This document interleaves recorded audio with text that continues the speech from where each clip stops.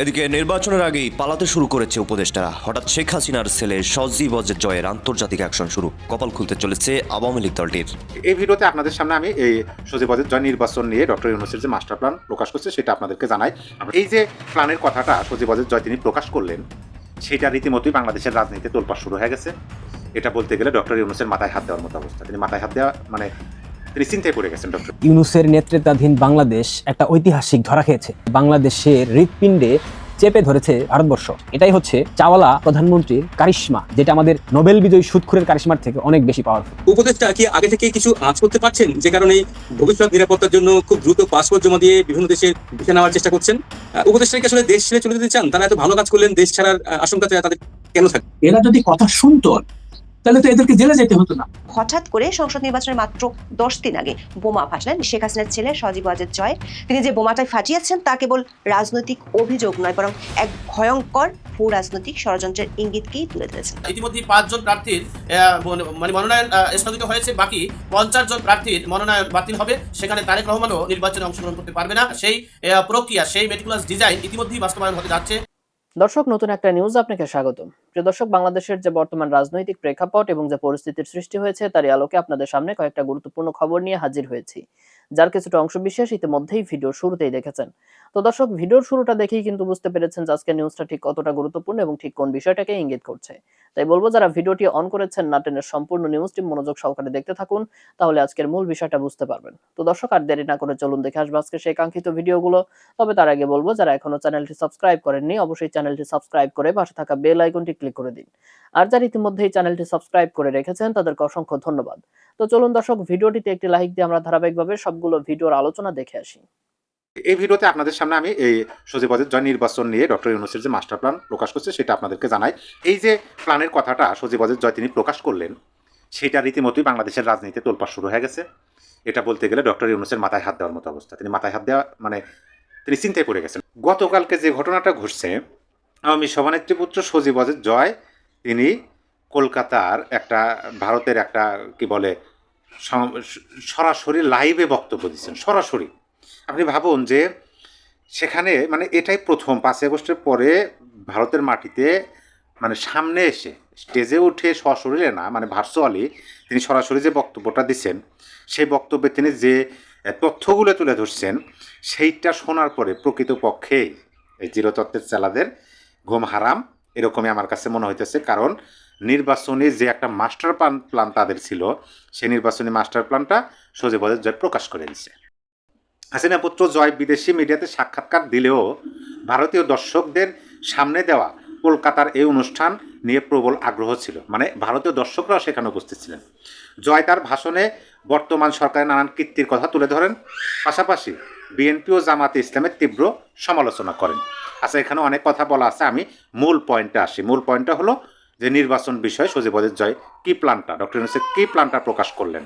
বাংলাদেশের জনগণের উদ্দেশ্যে জয় বলেন, আমি জানি আপনারা যারা দেশে আছেন কষ্টে আছেন, আইন শৃঙ্খলা নেই, মব সন্ত্রাস চলছে, যারা সরকারের বিরুদ্ধে কথা বলবে তারাই আক্রমণের শিকার হবেন। তবে অনেকে হয়তো ভাবছেন ভোট দিয়ে এই পরিস্থিতির হাত থেকে বাঁচবেন, কিন্তু সত্যি কি বাঁচবেন? এখানে প্রশ্ন। এটি একটি সাজানো নির্বাচন, আপনারা ভোট দিন বা না দিন তাতে কিছু আসে যায় না। আমরা জানি ফলাফল নির্ধারিত হয়ে রয়েছে। তার মতে নির্বাচনের বিএনপি হয়তো বেশি সিট পাবে, কিন্তু খুব বেশি সিট দেবে না। খেয়াল করেন, নির্বাচনে হয়তো বিএনপি বেশি সিট পাবে, কিন্তু বেশি সিট দেবে না। যাতে একটি দুর্বল সরকার হয়, তাই কেউ যাতে বেশি সিট না পায় তা নিশ্চিত করা হয়েছে। এককভাবে বেশি সিট কেউ পাবে না। তিনি বলেন, আপনি যদি এই নির্বাচনে ভোট দেন তাহলে এই নির্বাচনকে তারা আইনসঙ্গত করে তুলবে। তাই বাংলাদেশকে যদি রক্ষা করতে চান তাহলে ভোট দিতে যাবেন না। যারা দেশের ভবিষ্যৎ নিয়ে চিন্তা করেন, তারা যদি দেশকে রক্ষা করতে চান, সংবিধানকে রক্ষা করতে চান, তাহলে ভোট দিতে যাবেন না। এই যে তিনি এখানে স্পষ্ট ভাষায় কিন্তু যে কথাগুলো বললেন, এই কথাগুলো দ্বারা কিন্তু মানে কি বোঝা গেল দেখেন, যে আপনি ভোট দিতে যাবেন কি না যাবেন সেটা বড় কথা না। তারা নির্বাচনের একটা কি বলে প্ল্যান আগে থেকে করে রেখেছে।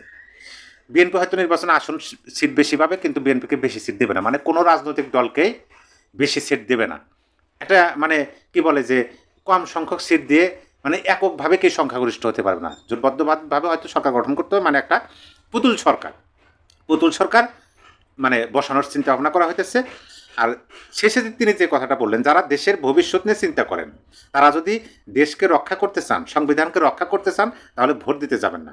আর তার আগে তিনি বললেন যে যারা সরকারের বিরুদ্ধে কথা বলবে তারাই আক্রমণের শিকার হবেন। তবে অনেকে হয়তো ভাবছেন যে ভোট দেওয়ার মাধ্যমে এটা থেকে রেহাই পাবেন, কিন্তু আদৌ কি রেহাই পাবেন?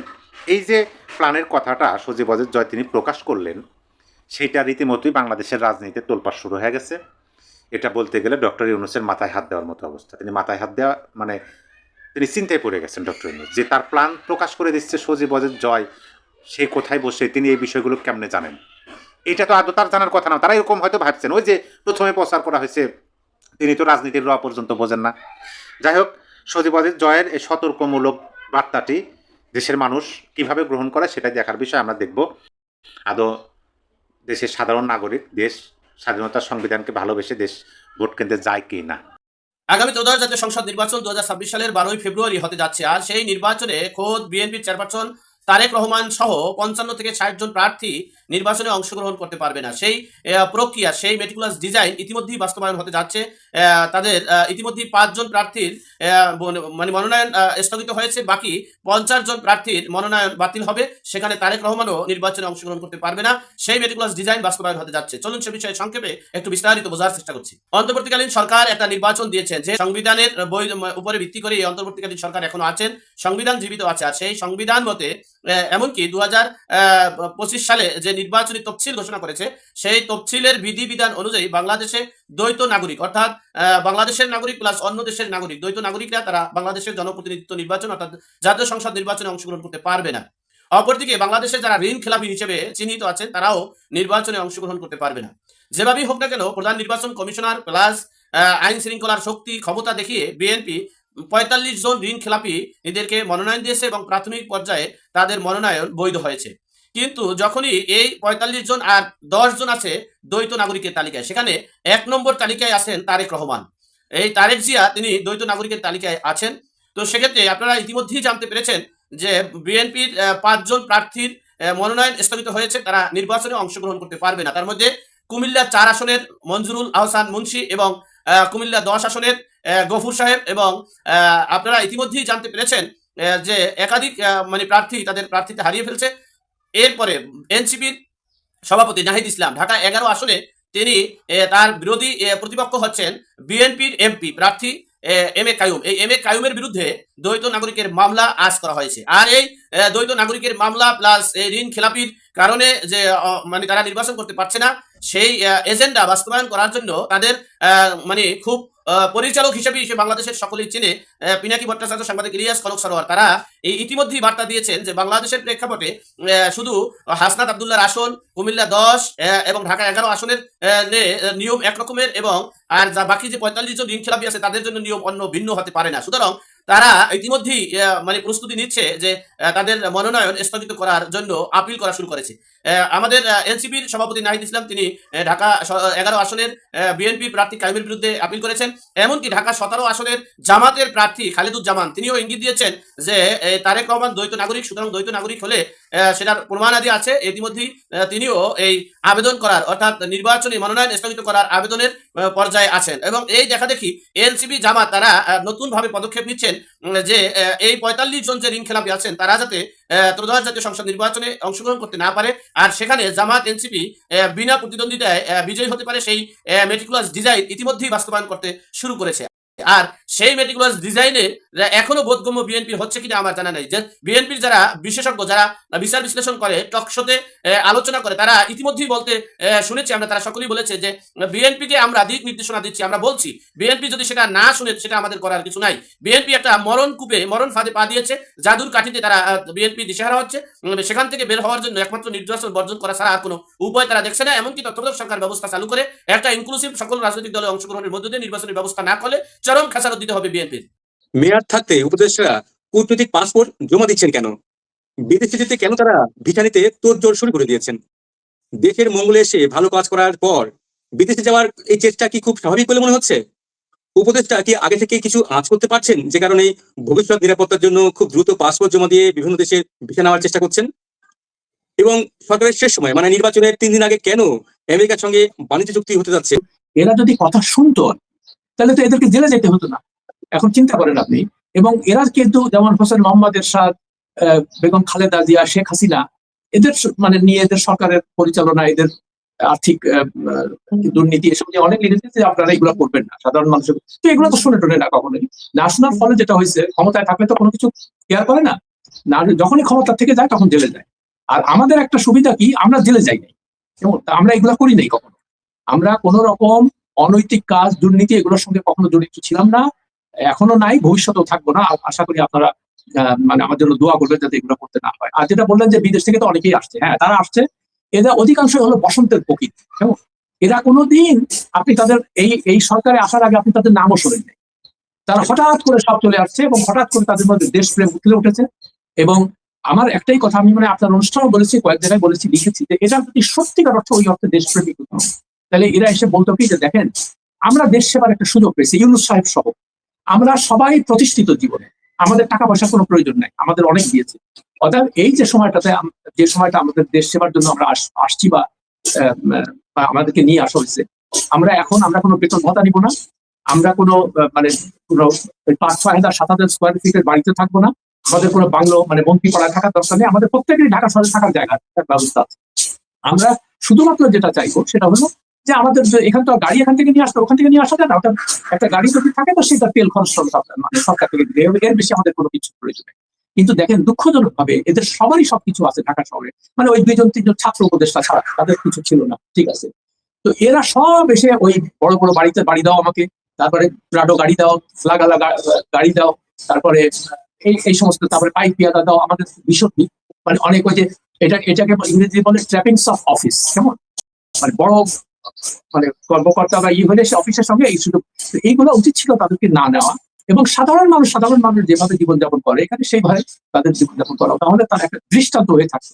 ভবিষ্যতে যারা সরকার আসবে আগামী নির্বাচনের মাধ্যমে, তাদেরকেও তখন আমরা বলতে পারতাম যে দেখো আগের সরকার কি করে গেছে, তারা কোনো ব্যক্তি স্বার্থের কোনো কিছু করে নাই দেশে, তোমরাও তো এইসব বড় বড় বাড়িতে থেকো না। আর আরেকটা কথা সবচেয়ে যেটা জরুরি, এই যে সরকারি আমলাদের এত বড় বাড়ি দেওয়া, এটা আমরা কিছুতেই গ্রহণ করবো না, এটা আনএক্সেপ্টেবল, পৃথিবীর কোথাও নাই এটা, একমাত্র ইন্ডিয়া, পাকিস্তান, যেখানে মানে কলোনিয়াল রুল ছিল, তাছাড়া আর কোথাও এটা এই সিস্টেম নাই, আমেরিকাতে নাই, ইংল্যান্ডে নাই, জার্মানিতে নাই, জাপানে নাই, কোথাও নাই। সরকারি তাদেরকে একটাই কথা বলে, তুমি সরকারি বড় কর্মকর্তা হও, কিন্তু তোমাকে অন্যান্য যারা চাকরি বাকরি করে তাদের মতো একটা বেতন দেওয়া হবে, সেই বেতনের মধ্যে তারা যেভাবে চলে তুমি সেইভাবে চলো। তো এই যে এই বড় বাড়ি একদম আসলে তাই, ওরা সুযোগ সুবিধা নিচ্ছে। কিন্তু আমরা দেখলাম যে এই অন্তর্বর্তীকালীন সরকারের কয়েকজন উপদেষ্টা কূটনৈতিক পাসপোর্ট জমা দিয়ে সাধারণ পাসপোর্ট নিচ্ছেন। পররাষ্ট্র উপদেষ্টা তৌহিদ হোসেন এই ঘটনাকে অস্বাভাবিক বলছেন। সাধারণ পাসপোর্ট নেওয়ায় উপদেষ্টারা বেশিরভাগই যুক্তরাষ্ট্র যেতে পারেন বলেই শোনা যাচ্ছে, এমনটি ইঙ্গিত দিয়েছেন পররাষ্ট্র উপদেষ্টা। এই যে পাসপোর্ট বাতিল হয়ে গেলে নাকি যুক্তরাষ্ট্রের B1 বা B2 ভিসা সেটি বাতিল হয় না, এই সুযোগটা নিচ্ছে এই উপদেষ্টারা। উপদেষ্টাকে আসলে দেশ ছেড়ে চলে যেতে চান, তারা এত ভালো কাজ করলেন, দেশ ছাড়ার আশঙ্কা তাদের কেন থাকবে, এই বিষয়ে যদি আপনার একটু বিশ্লেষণ শুনতে চাইবো। আচ্ছা, তৌহিদ হোসেন সাহেব, আমি শুনেছি তার কথা অল্প একটু। তো এখন যেহেতু তার কাছে এটার উত্তর আছে, কোন সাংবাদিকের প্রশ্ন করা উচিত ছিল যে আপনি বলেন যে কেন তারা চলে যাচ্ছে, সে কথা সে পরিষ্কার করে বলেনি। সে তারটা যেটা দেখলাম, সে নিজে পাসপোর্ট কূটনৈতিক পাসপোর্ট জমা দেয়নি। আর অধিকাংশ যাদের কথা আমরা শুনছি যে চলে যাবে বা ইয়ে করবে, এরা সবাই দ্বৈত নাগরিক, কেমন এদের তো পাসপোর্ট জমা দেওয়ারও কোনো প্রয়োজন নাই। এদের আমেরিকান পাসপোর্ট আছে, ব্রিটিশ পাসপোর্ট আছে, অস্ট্রেলিয়ান পাসপোর্ট, বিভিন্ন জায়গা থেকে যারা আসছে এখানে, ফলে তারা যে বাংলাদেশি পাসপোর্ট নিয়েই আমেরিকা যাবে বা অন্য জায়গায়, সেটা সম্পর্কে আমি খুব নিশ্চিত। তাদের প্রয়োজন নাই এটা, বিকজ তারা সেই সব দেশের নাগরিক, তাদের দ্বৈত নাগরিকত্ব আছে, তারা সেখানে চলে যাবে। এখন একটা কথা হতো যে যেমন আমাদের দেশে যারা থাকে, যেমন এই 5 জন উপদেষ্টা যারা শিক্ষক ছিলেন বা শিক্ষকতার সঙ্গে জড়িত, আমি এদের নামই বলি: ওয়াহিদুদ্দিন মাহমুদ, সালেউদ্দিন আহমেদ, তার ফজল কবির খান, তারপরে আসিফ নজরুল, আরেকজন তার কথা ভুলে গেল। যাই হোক, মানে 5 জন উপদেষ্টা, তারা এই দেশেই তাদের 2 নাগরিকত্ব আছে কিনা আমি ঠিক নিশ্চিত না, তবে সম্ভবত নাই, বিকজ তাদের কখনো বিদেশে যে থাকতে দেখিনি বা ওখান থেকে তারা আসেন, তাদের এখানে সবকিছু আছে। এখন এরা যদি কেউ পাসপোর্ট জমা দিয়ে থাকে বা অন্য, সে তখন প্রশ্নটা হবে ভিন্ন। তবে আমার ধারণা এরা সম্ভবত বিদেশে যাওয়ার চেষ্টা করছে না, এই হচ্ছে মানে আমার ব্যক্তিগত অ্যাসেসমেন্ট এটা। আচ্ছা ভাই, আপনি তো গত বছর এপ্রিলে আপনি নিজের ফেসবুকে লিখেছিলেন যে ডক্টর ইউনূস সহসা ক্ষমতা ছাড়বেন না। উপদেষ্টারাও মনে হয় চেষ্টা করছেন যতদিন ক্ষমতা থাকা যায়। আগামী 12ই ফেব্রুয়ারি তো ভোট, তাহলে কি ইউনূস ক্ষমতা ছাড়ছেন? এখন আপনি কি বলবেন? আচ্ছা, এখনো তো ছাড়েন নাই, তাই না? 12 তারিখ আসবে। ইতিমধ্যে আপনি নিশ্চয়ই ফেসবুক বা সামাজিক যোগাযোগ মাধ্যমে একটা কথা খুব প্রচার হচ্ছে যে উনি তো এমন একটা সিস্টেম করে মানে করছেন বা করার দিকে যাচ্ছেন যেখানে আরো 6 মাস তারা থাকবে। কি জন্য থাকবে? ওই যে হা ভোট না ভোটের যে বিধানটা করেছে, সেখানে বলা আছে যে 270 হা ভোট জয়ী হলে 270 দিনের মধ্যে পরবর্তী সরকার যে আসে এটার বাস্তবায়ন তাদের উপর বর্তাবে। তো সেই পর্যন্ত এই সরকার থাকবে, এরকম একটা কথা মানে আমি দেখতে পাচ্ছি বিভিন্ন জায়গায়। এর মধ্যে কিছুটা যুক্তিও আছে যে তাদের কেন এটা মানে ওভারসি করতে হবে, সুপারভাইজ করতে হবে যে মানে ওইটা ইমপ্লিমেন্টেশন হলো কিনা। তো যাই হোক, যদিও প্রধান উপদেষ্টার প্রেস অফিস থেকে বলা হয়েছে যে এই ধরনের কোনো অভিপ্রায় বা ইচ্ছা এই সরকারের নাই, তারা চলে যাবে, সেটা আমরা দেখবো। তবে এরা যে ক্ষমতাকে খুব ভালোবাসে বা ক্ষমতার যে সুযোগ সুবিধাগুলো তারা যে সাংঘাতিকভাবে গ্রহণ করেছে এবং বিন্দু মাত্র কোনো তাদের এটা নিয়ে বিবেক লজ্জা শরম কিছুই ছিল না।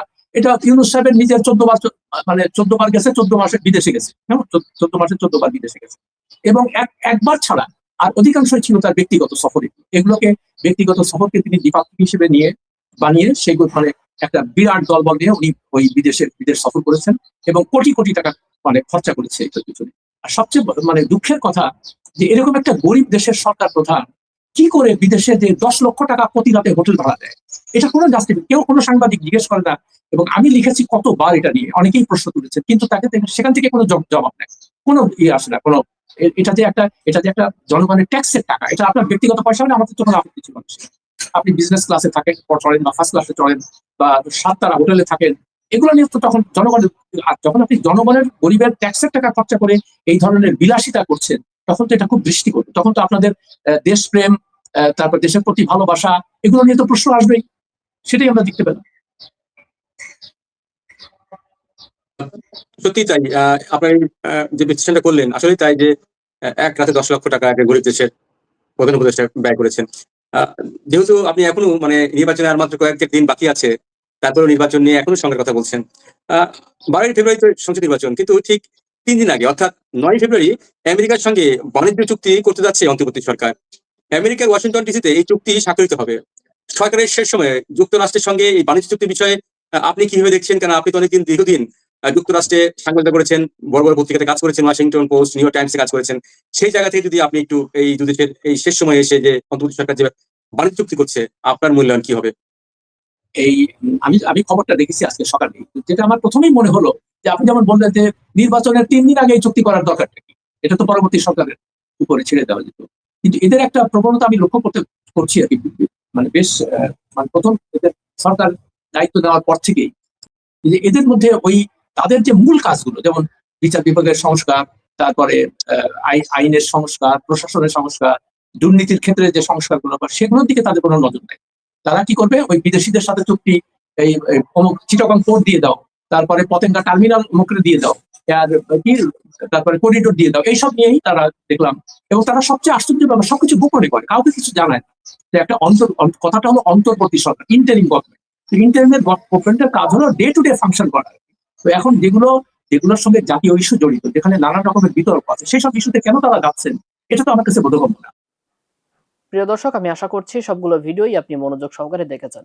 সেই সাথে দর্শক, এই ভিডিওগুলো সম্পর্কিত যদি কোনো তথ্য বা মতামত থাকে তাহলে তো অবশ্যই কমেন্ট করে জানিয়ে দিন। এতক্ষণ সাথে থাকার জন্য ধন্যবাদ। নিউজটি শেষ করছি এখানেই, ফিরছে আগামী ভিডিওতে নতুন কোনো টপিক নিয়ে। আল্লাহ হাফেজ।